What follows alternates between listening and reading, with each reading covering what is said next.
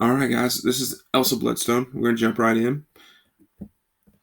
History. Her dad is Ulysses Bloodstone. His first appearance is Marvel Presents Bloodstone 1 and 2.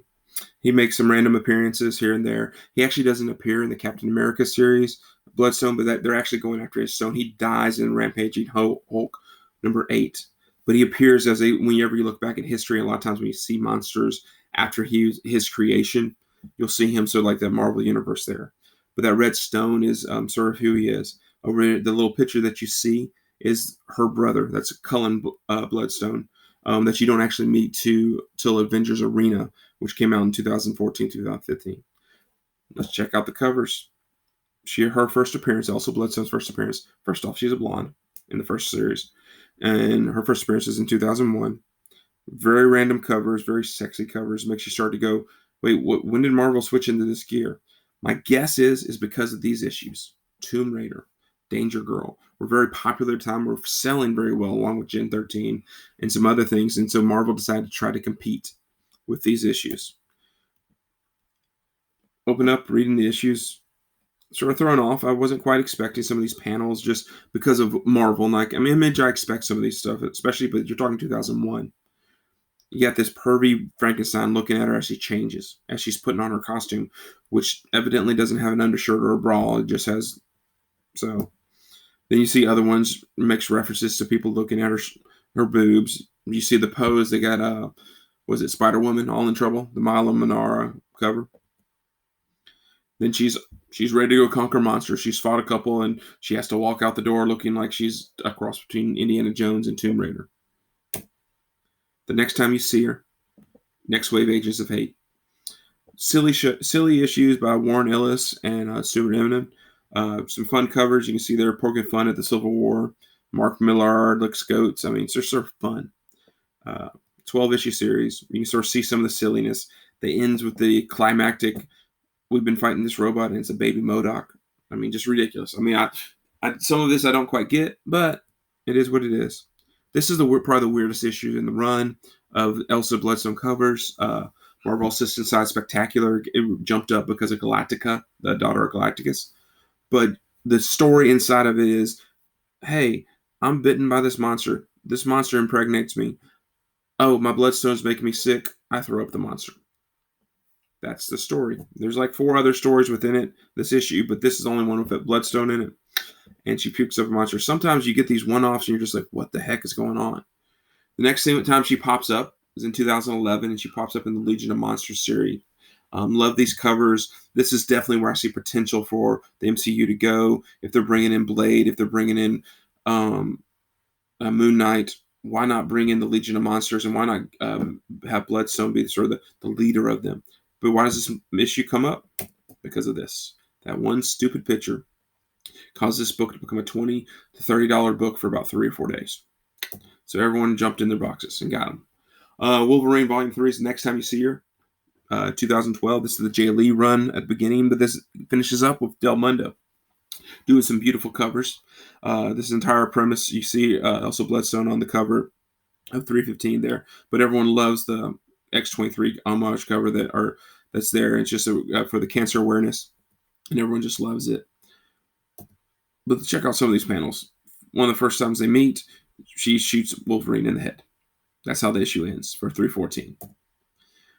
They eventually get together. They eventually go fight. They get rescued by all of Wolverine's ex-girlfriends. And then you get to meet this team that Wolverine betrayed back in the day. And it's a team that's the only other time they appear is in Captain America 3 or 635.1.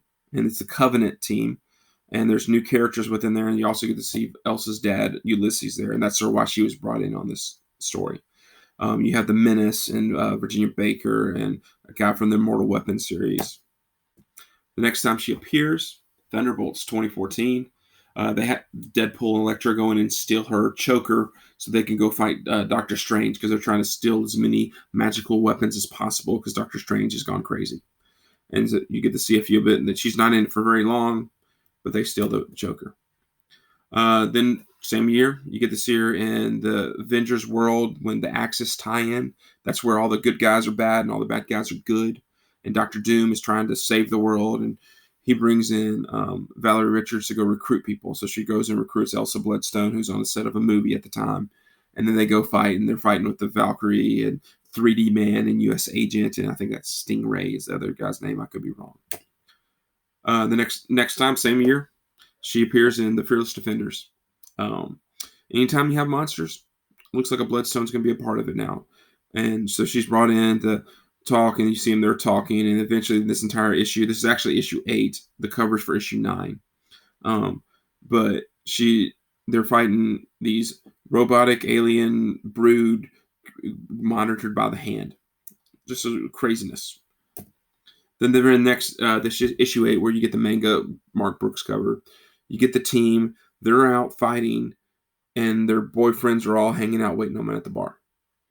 That's sort of how it's back and forth. Sort of similar to that X-Men 244 and 245, where you have the guy's night out and the girl's night out.